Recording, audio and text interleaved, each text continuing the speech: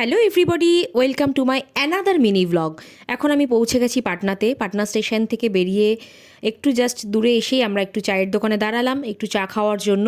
প্রচণ্ড টায়ার্ড ছিলাম সারাদিন ট্রেন জার্নির পরে, তো সেই জন্য একটু চায়ের দোকানে দাঁড়িয়ে ভাবলাম একটু চা খেয়ে নিই। এই ভাই খুব সুন্দর চা বানাচ্ছিল দেখে একটু চা খেতে ইচ্ছা হলো, তো সেখানে একটু চা বিস্কিট খেয়ে আমরা ওখান থেকে ডিরেক্ট চলে গেলাম আমাদের আজকের স্পট, আমাদের আজকের প্রোগ্রামের এখানে স্ট্যান্ড রোড মিনিস্টার্স বাংলো এরিয়ার প্রোগ্রাম ছিল আজকে আমাদের।